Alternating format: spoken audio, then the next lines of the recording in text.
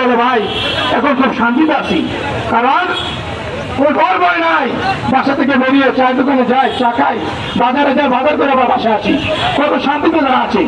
আমি গতকালকে এই ফরিদপুর এসেছি, শুধু একটি রাত ছিলাম, একটি রাতে মনে হয় 15 বার বিদ্যুৎ গেছে, আসে না, আসে কমই।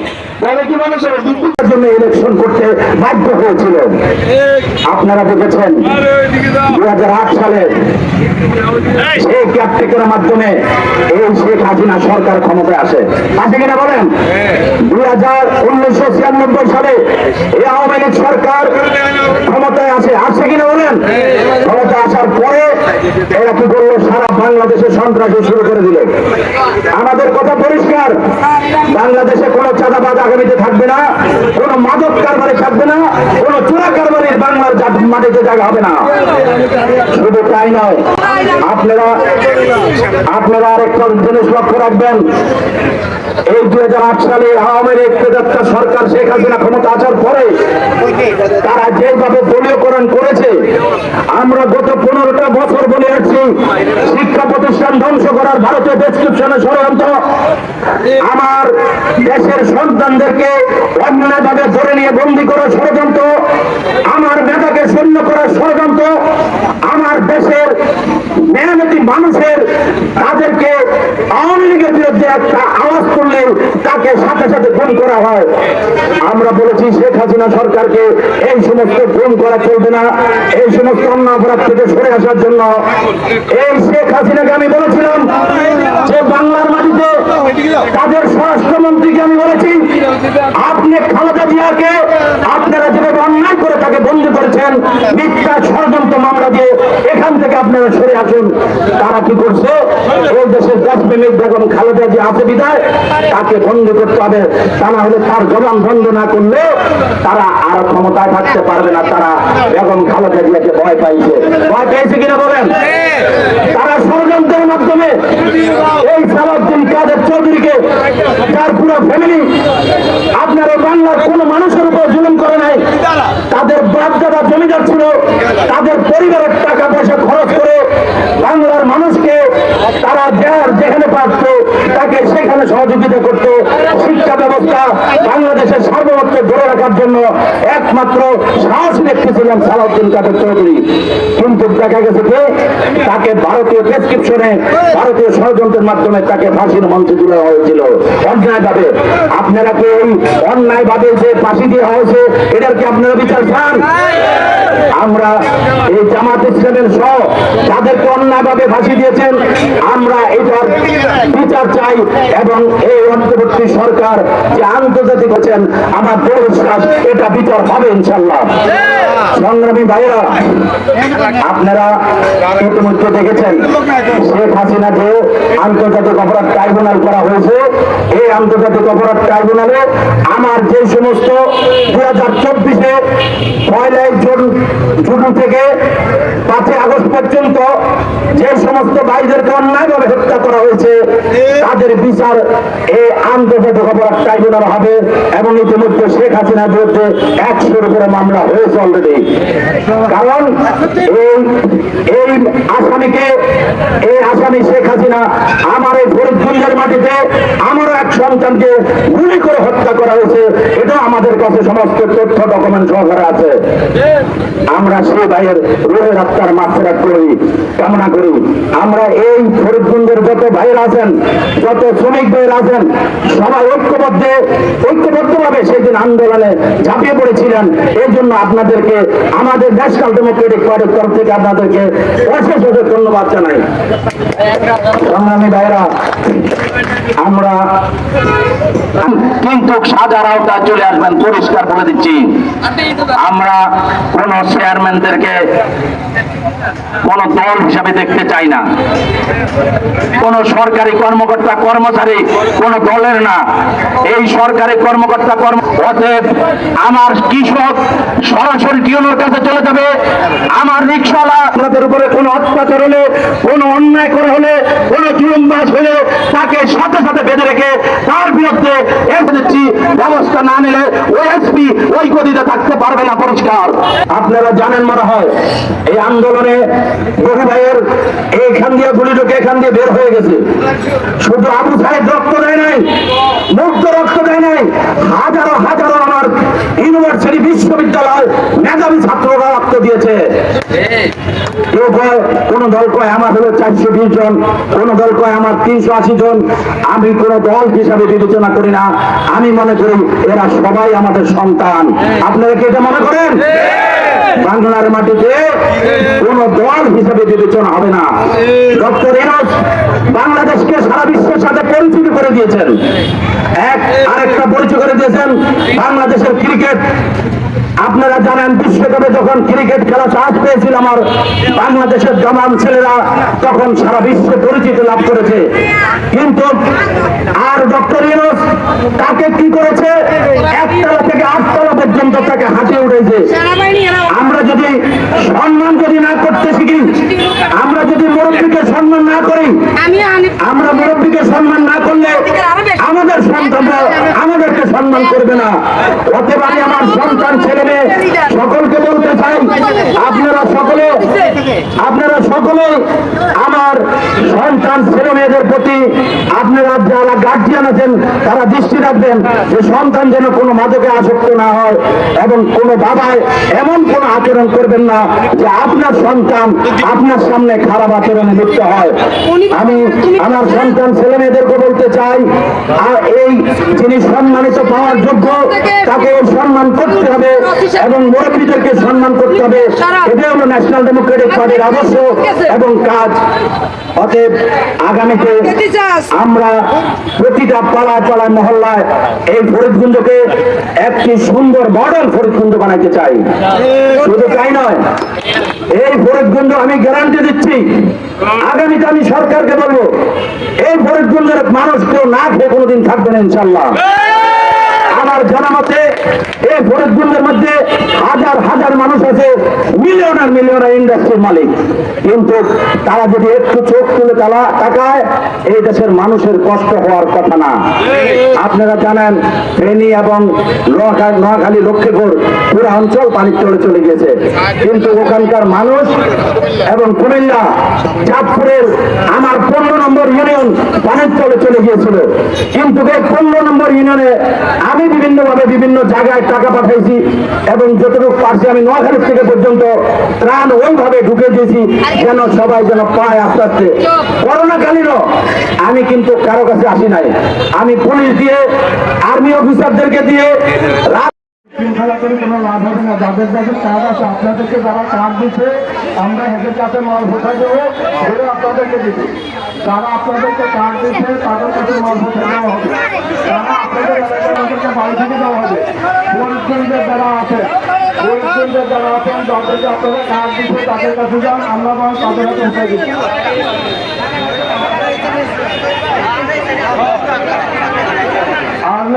তাদের কাজ আছে, শুধু তাদের কাজ আছে আপনাদেরকে যারা কাজ দিচ্ছে আমরা ওনাদের হাতে ভোটাই দিবেন, আপনাদেরকে দিবেন। শুধু তাদের কাজ আছে, কাজ ছাড়া কাজ নয়, তারা বেশি থেকে কোনো লাভ হবে না। ধন্যবাদ। আপনারা মাসুদ ভাই যারা আছেন, মাসুদ ভাই সাথে যারা আছেন আপনারা বাড়িতে চলে যান। মাসুদ ভাই সাথে যারা আছেন তারা চলে যাবেন। আপনাদের এলাকায় প্রাণ দিচ্ছে সহযোগিতা পৌঁছে দেবে।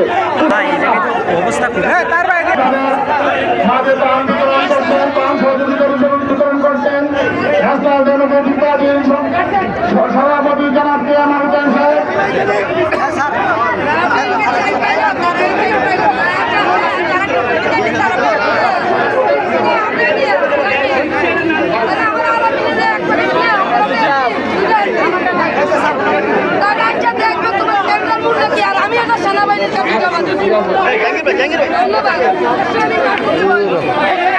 আর এই দিকটা বেরিয়ে না, আমাদের ডিস্টার্ব হয়।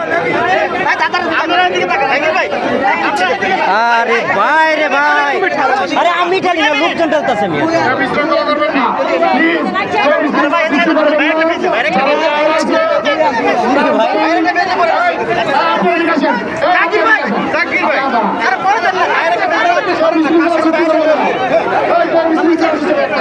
আরে আপনারা লাইন ধরেন না।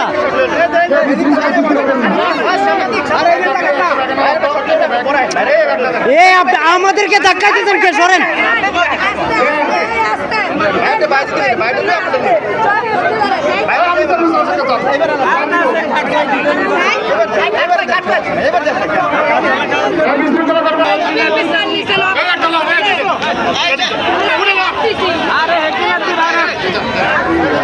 এই যে সরেন চাইলে চেয়ারেন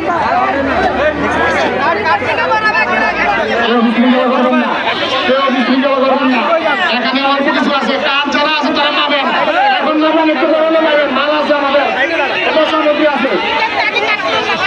আমরা বিভিন্নভাবে চেষ্টা করেছি এবং সেটা করে দিয়েছি। আমরা আগামীতে আমরা গ্যারান্টি দিতে পারি আপনাদেরকে, ইনশাল্লাহ আপনারা যেন প্রত্যেকটা মানুষ ব্যাংকের মাধ্যমে আপনাদের টাকা যেন পান। প্রত্যেকে ন্যাশনাল ব্যাংকে একটা অ্যাকাউন্ট করে ফেলবেন, যাদের ন্যাশনাল ব্যাংক না ইউসিবি করবেন, কিন্তু অ্যাকাউন্টের মাধ্যমে আপনাদের দেখবেন আগামীতে এই ডক্টর ইউনূস সরকার আপনাদের টাকা আপনাদের অ্যাকাউন্টে ঢুকাই দিব। এবং আমরা যৌক্তিক সময় দিতে চাই অন্তর্বর্তী সরকারকে আগামী দিন ইলেকশনের জন্য। ইতিমধ্যে আপনারা দেখেছেন ভোটার হালনাগাদ করতে হবে এবং এই যে বিচার ব্যবস্থা এটাকে সঠিকভাবে সাজাইতে হবে এবং শিক্ষা ব্যবস্থা ধ্বংস করে দিয়েছে সেটাকে সাজানো হতে হবে, নিরপেক্ষ করতে হবে। আপনারা ইতিমধ্যে দেখেছেন প্রশাসন থেকে শুরু করে এবং অ্যাডমিনিস্ট্রেশন ক্যাডার প্রতিটা অঙ্গ প্রত্যঙ্গ শেখ হাসিনা ধ্বংস করে দিয়েছে। অতএব এই জায়গাগুলা সঠিক রাস্তায় আনতে হলে অন্তর্বর্তী সরকারকে আমাদের সহযোগিতা করতে হবে এবং আমাদের যুক্তি ওনাদেরকে সময় দিতে হবে। আমরা সময় দিতে আছি। আগামীতে ইনশাল্লাহ আমার সাংবাদিক এবং আইন প্রয়োগকারী সংস্থা সহ সকল ভাইদেরকে ভাবে এই সরকারের প্রতি যেন আমরা সমর্থন জানিয়ে ওনাকে আমরা সহযোগিতা করতে প্রস্তুত আছি। এক পায়ে বলেন সবাই প্রস্তুত?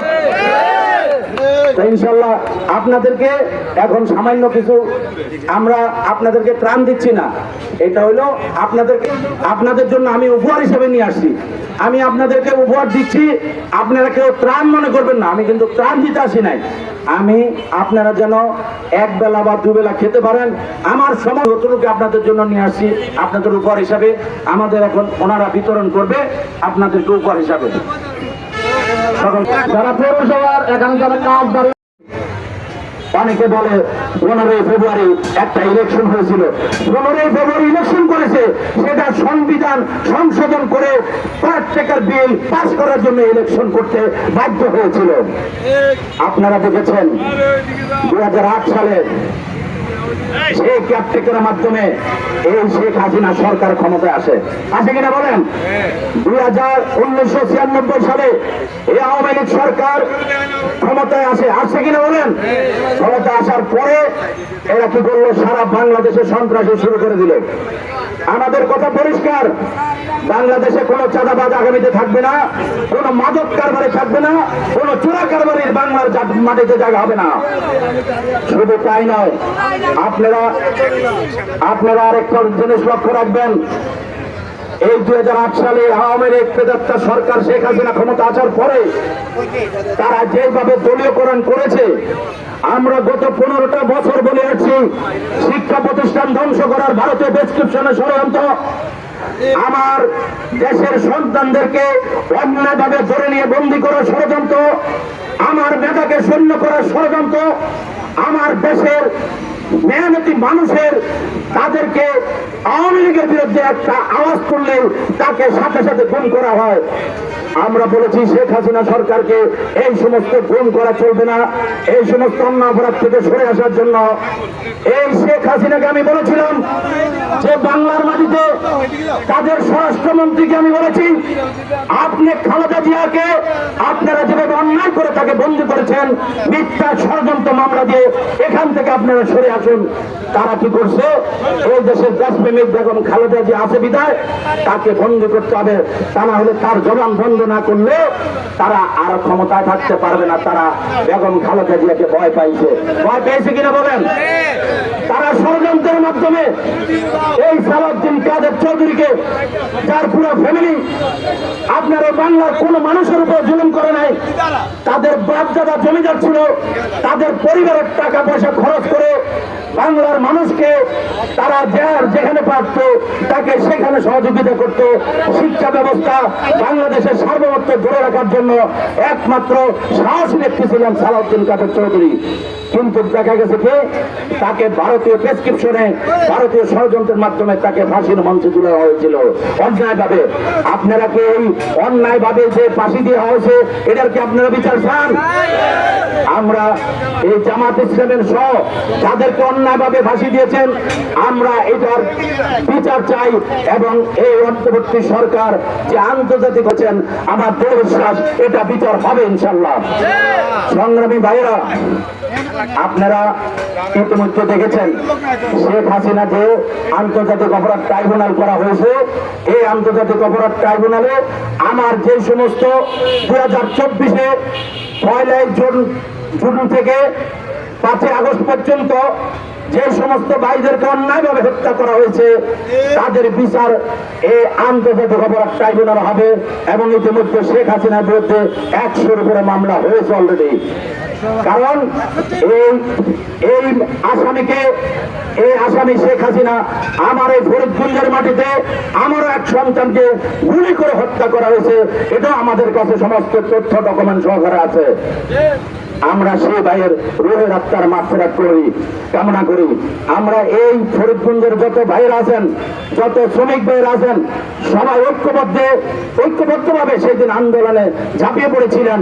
এই জন্য আপনাদেরকে আমাদের ন্যাশনাল ডেমোক্রেটিক পার্টির তরফ থেকে আপনাদেরকে অশেষ অশেষ ধন্যবাদ জানাই। সংগ্রামী ভাইয়েরা, আমরা কিন্তু সাজার আওতায় চলে আসবেন, পরিষ্কার বলে দিচ্ছি। আমরা কোন চেয়ারম্যানদেরকে কোন দল হিসাবে দেখতে চাই না। কোন সরকারি কর্মকর্তা কর্মচারী কোন দলের না, এই সরকারি কর্মকর্তা অতএব আমার কৃষক সরাসরি টিউনোর কাছে চলে যাবে। আমার রিক্সাওয়ালা আপনাদের উপরে কোনো অত্যাচার হলে, কোনো অন্যায় করা হলে, কোনো জুলুমবাজ হলে তাকে সাথে সাথে বেঁধে রেখে তার বিরুদ্ধে দিচ্ছি, ব্যবস্থা না নিলে ওই এসপি ওই গদিতে থাকতে পারবে না। পরিষ্কার আপনারা জানেন মনে হয় এই আন্দোলনে বহু ভাইয়ের এইখান দিয়ে গুলি ঢুকে এখান দিয়ে বের হয়ে গেছে। শুধু আবু সাহেব রক্ত দেয় নাই, মুগ্ধ রক্ত দেয় নাই, হাজারো হাজারো আমার ইউনিভার্সিটি বিশ্ববিদ্যালয় মেধাবী ছাত্ররা রক্ত দিয়েছে।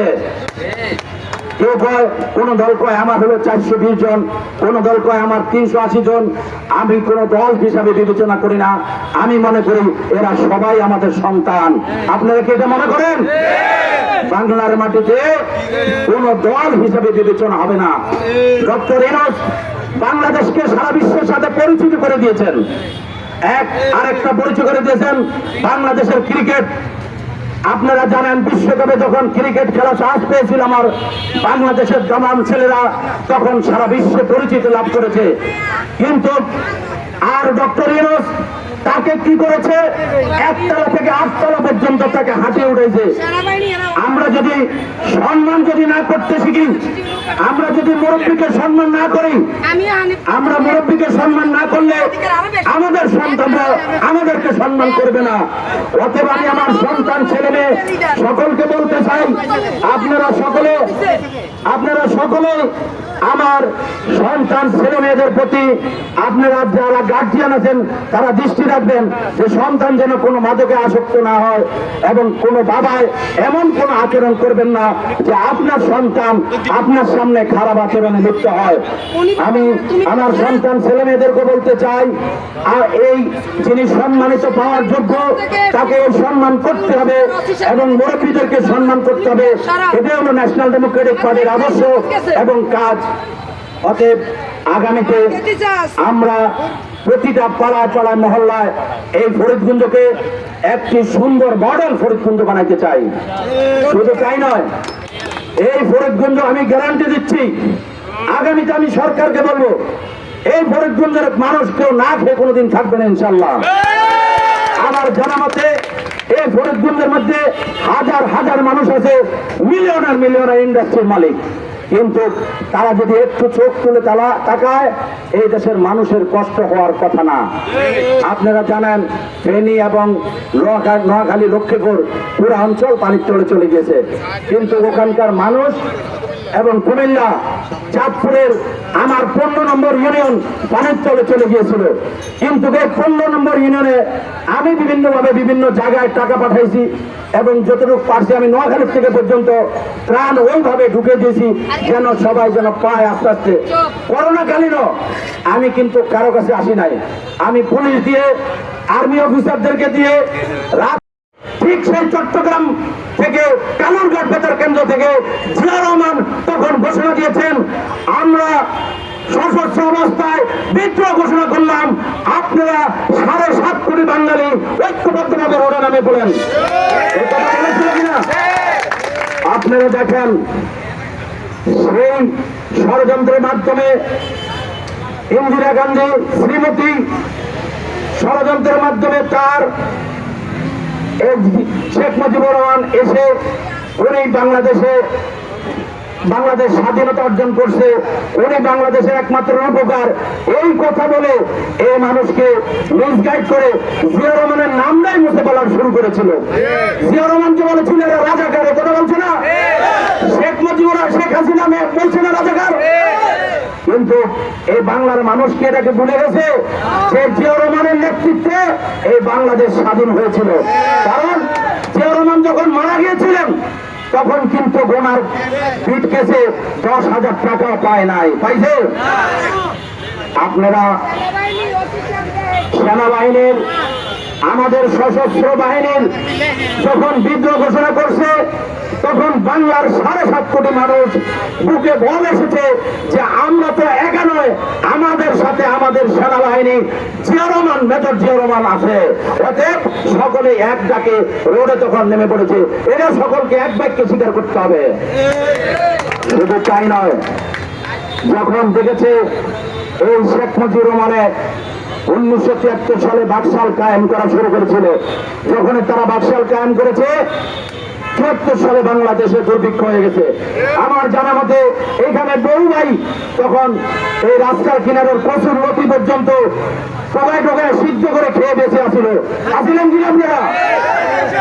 কিন্তু এই বাংলাদেশকে খাল থেকে শুরু করে বিল থেকে শুরু করে রাস্তাঘাট করা শুরু করে রাস্তা মানুষকে চলার মতো একটা দেশকে এগিয়ে দেওয়ার জন্য একমাত্র সর্বপ্রথম শুরু করে দিয়েছেন শহীদ প্রেসিডেন্ট জিয়া রহমান। জিয়া রহমানের কথা আমরা কেউ বলে যাবে না। শুনেন, এই শেখ হাসিনা তখন কোথায় ছিল? শেখ হাসিনা ছিল ভারতে। এই জিয়া রহমান বাংলাদেশে যখন ডেভেলপমেন্ট করে সারা বিশ্বের সাথে বাংলাদেশকে পরিচিতি করে দিয়েছেন এবং জনগণের খাদ্য কর্মসূচি হিসেবে খাল কাটা কর্মসূচি যখন ঘোষণা দিয়েছিলেন তখন এই বাংলার মানুষ সাথে সাথে জনগণের ডাকে সাড়া দিয়ে খাদ্যের বিনিময়ে খাল কাটা কর্মসূচিতে নেমে পড়ছে। এই তখন 8.5 কোটি 9 কোটি জনগণ একসাথে খাল কেটে এই বাংলাদেশের মানুষের খাদ্য স্বয়ং সম্পূর্ণ হওয়ার জন্য কাজ করে গেছেন আমাদের বাবা এবং উত্তরসূরিরা। অনেকেই মারা গিয়েছেন, অনেকে সকাল থেকে মাটি কাটা শুরু করছে, রাত পর্যন্ত মাটি কাটছে, আমি দেখেছি। কিন্তু এখন যারা জিয়া রহমানের নাম বলতে ভয় পায় তারা যে দেখেন এই বাংলার মাটিতে তারা হয় কোন দেশের দালাল অথবা কোন দেশের এজেন্ডা হিসেবে বাস্তবায়ন করতে চাচ্ছে। এরশাদ ষড়যন্ত্রের মাধ্যমে জিয়া রহমানকে হত্যা করলো। শেখ হাসিনা বাংলাদেশে আসার 19 দিনের মাথায় জিয়া রহমান মৃত্যুবরণ করলো। পৃথিবীর মধ্যে এত মানুষ হয় না যখন জিয়া রহমানের জানাজা যত মানুষ হয়েছে আজ পর্যন্ত ইতিহাসে এত মানুষ এই জানাজাতে কোনো আজ পর্যন্ত দেখিনি। আমরা দেখেছি কিনা বলেন? এই জিয়া রহমান বহুদলীয় গণতন্ত্র প্রতিষ্ঠা করে গিয়েছেন।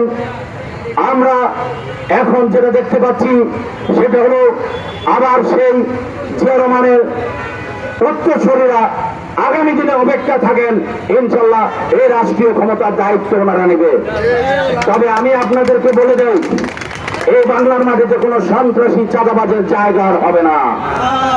এই বাস স্ট্যান্ড কোন, ট্রাক স্ট্যান্ড কোন, আপনার কেউ বাড়ি করতে গেলে চাঁদা দিতে হতো। আমি বলে দিলাম আপনাদেরকে, যারা চাঁদা চাবে তাদেরকে ধরে বেঁধে রাখবেন, কোন চাঁদা হতে স্থায়ী বাংলার মাটিতে হবে না।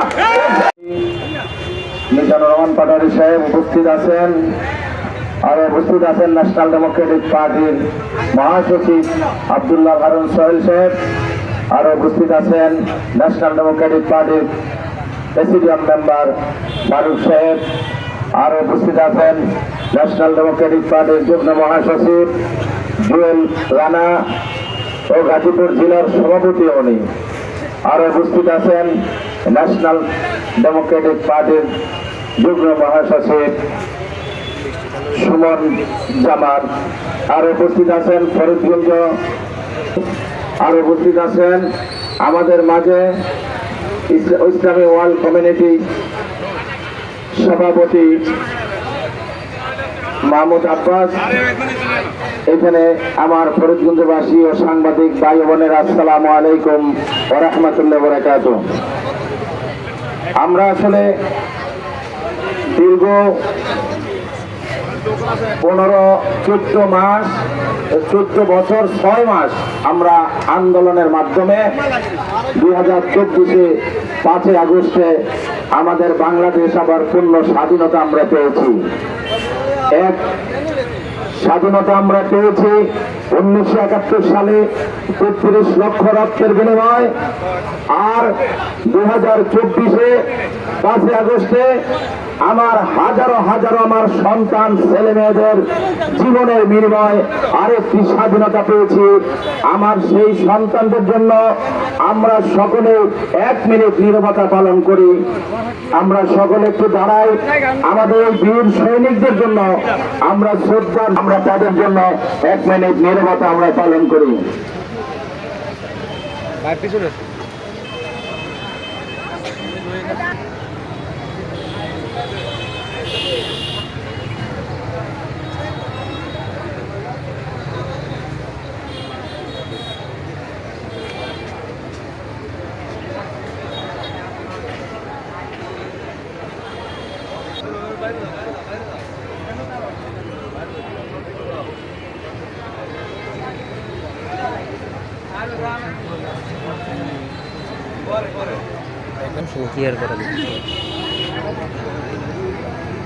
ধন্যবাদ। আমরা দেখতে পেলাম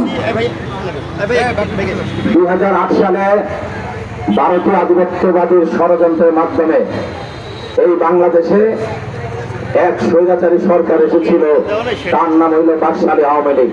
আসছে কিনা বলেন? 1971 সালে এই বাংলাদেশ যখন স্বাধীন হয়েছিল তখন 7 দফার ভিত্তিতে বাংলাদেশ স্বাধীন হয়েছিল। আপনারা যারা এখানে বয়স্ক মানুষ আছেন অনেকে জানেন, যার দিক নির্দেশনামূলক বক্তব্য শোনার জন্য আপনারা বসে আছেন ন্যাশনাল ডেমোক্রেটিক পার্টির চেয়ারম্যান, বাংলাদেশের শীর্ষ রাজনীতিবিদ, অন্যতম শরিক দল ন্যাশনাল ডেমোক্রেটিক পার্টির সংগ্রামী চেয়ারম্যান জনাব কে এম আবতার এখন আপনাদের সামনে বক্তব্য রাখবেন। গাড়ির প্রতিটা ফার্স্টের দাম বাড়ানো হয়েছে, পেট্রোলের দাম বাড়ানো হয়েছে।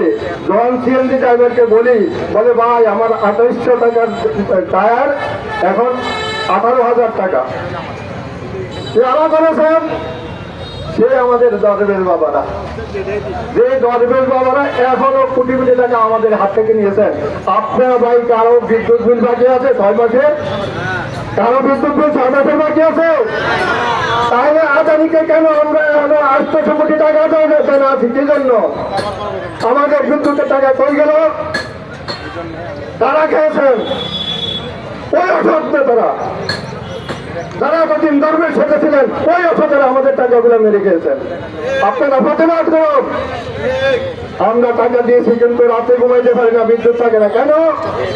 ওই ফ্যাসিস্ট হাসিনার কারণে, ওই দুঃশাসিত আওয়ামী লীগের কারণে আমাদেরকে চুষে চুষে খাচ্ছেন। বাংলাদেশের মধ্যে দেখতে চাই না, দেখতে চাই না, দেখতে চাই না। বাইরে আমার আজকে আফসোস, দেখেন আমরা একটা কথা জানতাম, কাক সবচেয়ে বোকা প্রাণী। সেই কাক কিন্তু নিজেকে খুব চালাক মনে করে, সে কি করে নিজের চোখ বুঝায় উকিলের বাসায় ডিম পাড়ে। সেই কাজটা কিন্তু আমাদেরকে আওয়ামী লীগ বলে দিয়েছেন, হয়তো আমরা অনেকের সেই জ্ঞান নাই বলে আমরা বুঝি না। ওবায়দুল কাদের বলেছেন কি সবার হাতে স্মার্টফোন দিয়েছেন, এবং একই কথা শেখ হাসিনাও বলেছিলেন। আসলে স্মার্টফোন দিয়ে কি করেছেন, আমাদের সবার চরিত্রকে ধ্বংস করে দিয়েছেন, আমাদের বাচ্চাদের লেখাপড়া ধ্বংস করে দিয়েছেন, আমাদের সমাজটাকে ধ্বংস করে দিয়েছেন। আজকে সমাজের রন্ধ্রে রন্ধ্রে পরকীয়া, কি শুনছেন এই নামটা? কেন? এই স্মার্ট মোবাইল ফোনের কারণে। আপনারা এমন কিছু করেন যাতে আমাদের চরিত্র ফিরে আসে, আমাদের সন্তানই। আজকে অনেক সংসার গ্রামের মধ্যে দেখা যায় ওই বাড়ির ওই ছেলের বউ চলে গেছে, ওনার মেয়ে চলে গেছে, সেখানে দরবার সালিশ করতে হয়। কেন? সেই স্মার্টফোনের কারণে, সেই স্মার্টফোনের কারণে। অতএব আমাদের স্মার্টফোনের এত দরকার ছিল না। সেটা দেন কার হাতে, যার হাতে যেটা মানায় সেটা দেন। সেটা আমাদের শিক্ষিত সমাজ যারা আছে ওনাদের হাতে মানায়, সাধারণ মূর্খ মানুষের হাতে দেন, সে হাত কাটবে। ঠিক না? যে জিনিসটা দরকারি সে দরকারি কার হাতে?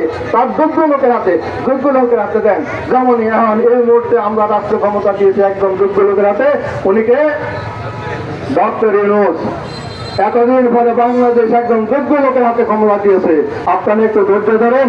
আমরা সমাজের বিভিন্ন লোকের কাছ থেকে শুনি উনি কেন নির্বাচন দেন না, এই দেন না। আমরা চাই এই দেশটা শান্তিতে চলুক, এই দেশটা ভালোভাবে চলুক, এই দেশের সাধারণ গরিব মানুষ শান্তিতে থাক, শান্তিতে থাকতে ওনাদের খাওয়ার যেন ব্যবস্থা হয়। এই বলে আমি আপনাদেরকে এই দীর্ঘ সময় বসে থাকার জন্য ধন্যবাদ জানিয়ে এবং আপনাদের কাছে ক্ষমা চেয়ে আমার বক্তব্য শেষ করছি। আল্লাহ হাফেজ।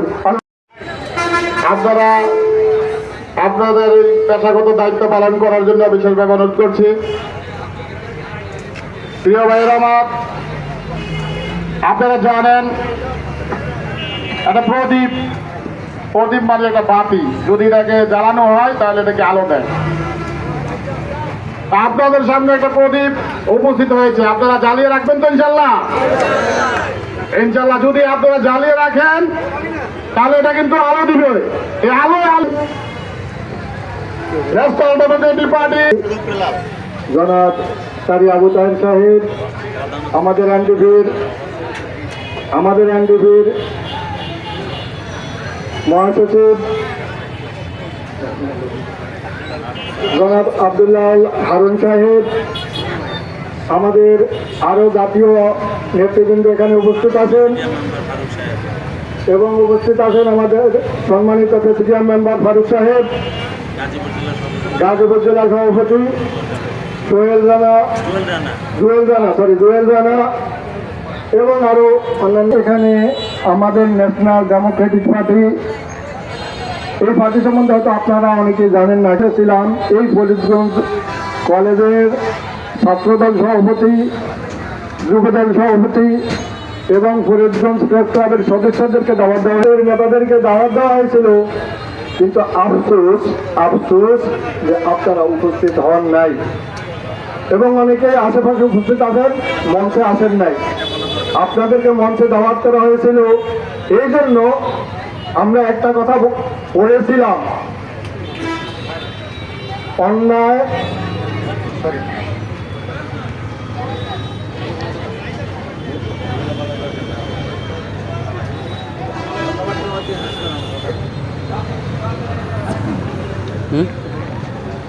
মানুষ যখন ভুল করে তার ভুলের প্রায়শ্চিত্ত তাকেই ভোগ করতে হয়। আপনারা জানেন, সবাই দেখেছেন আমাদের ওবায়দুল কাদের কি বলেছিল, ওনারা পালাবেন না।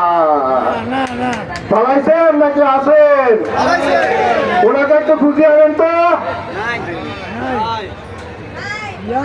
শেখ হাসিনা কি বলেছিলেন? ওনাকে কেউ ক্ষমতা থেকে সরাতে পারবে না। আপনি কোথায় শেখ হাসিনা? আপনাকে একটু দেখতে চাই, কোথায় আছেন? নাই। ভাইরা আমার, আমরা সেই দল যারা অহংকারের বিন্দু মাত্র বিশ্বাস করি না, যারা প্রহসনের নির্বাচন করি না, যারা হিংসার রাজনীতি করি না। অতএব আমি আপনাদেরকে আহ্বান করব, আসেন এনডিপির সহায়তায় আসেন কারি আবু তাহের সাহেবের কাছে আসেন।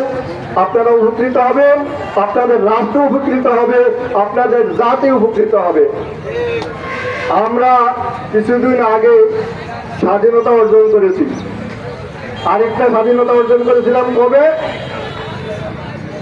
আরেকটা স্বাধীনতা অর্জন করেছিলাম কবে? 1971-এ। 1971 কি আমরা স্বাধীনতা অর্জন করেছিলাম? না, আফসোস।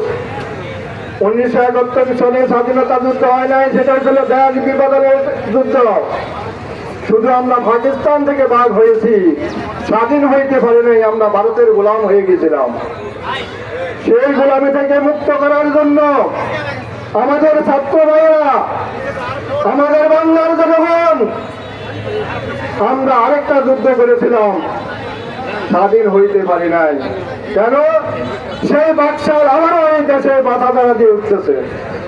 যার প্রমাণ গত জুমায় বাইতুল মুকাররম মসজিদে আমাদেরকে প্রমাণ করে দিয়েছেন। অতএব আমি বলবো, আপনারা যারা আমাদের সাথে আছেন সজাগ হন এবং এই দুঃশাসনের লোকদেরকে যারা আত্মপ্রশাসনের বিভিন্ন জায়গায় আছে তাদের হস্তক্ষেপ করেন, তাদেরকে বাংলা থেকে বিতাড়িত করেন। আপনারা যদি আপনাদের মামুর বাইরে আপনারা এখানে দেখান, তাহলে ভারত চলে যান, সেটা আপনাদের মামুর দেশ। এবার গিয়েছে আমাদের ইলিশ মাছ, আমরা আপনাদেরকে আমাদের ভূমি দেবো না। আর যদি একটা লোক আমাদের বর্ডারে হত্যা করা হয়, আমরা 10টাকে হত্যা করবো। আমরা বাঙালি জাতি, আমরা বীরের জাতি, আমরা স্বাধীনতার জাতি, আমরা যুদ্ধ করার জাতি। অতএব আমি এই বাংলাদেশের জনগণ তথা আপনারা গর্জে উঠুন, অন্যায়ের বিরুদ্ধে প্রতিবাদ করুন, অন্যায়ের বিরুদ্ধে প্রতিবাদ করুন। আমি ন্যাশনাল ডেমোক্রেটিক পার্টির মহাসচিব। আমার বাড়ি হচ্ছে ফেনীতে, আমি থাকি ঢাকায় এবং আমি সেন্ট্রালে রাজনীতি করি এবং সেন্ট্রালি যেসব বিএনপি প্রোগ্রাম, আমাদের প্রোগ্রাম, সেগুলিতে আমি থাকি।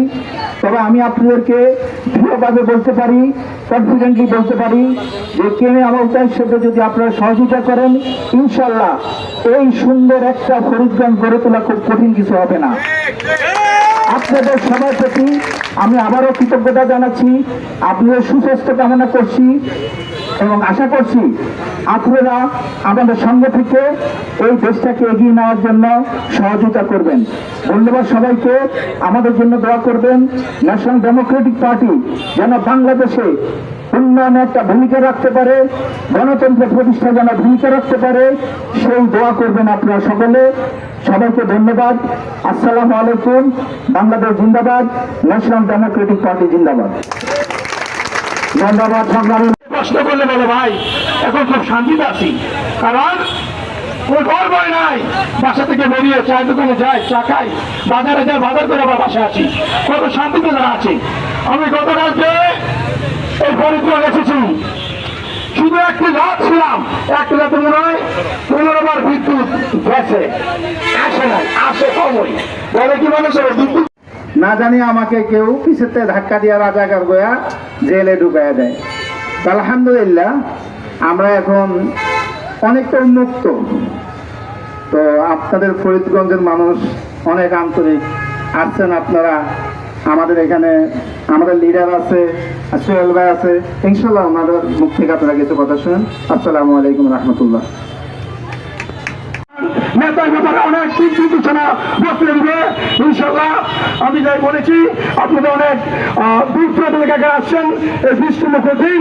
আমি আমাদের এমনি পক্ষ থেকে ধন্যবাদ জানাই এখন আমাদের বক্তব্য শোনার জন্য। আর দীর্ঘজীবন আমাদের নেতা এবং জিন্দাবাদ বাংলাদেশ, এনডিপি বাংলাদেশ জিন্দাবাদ। Thank you. আল্লাহ হাফেজ। চিরদিন বাংলাদেশ।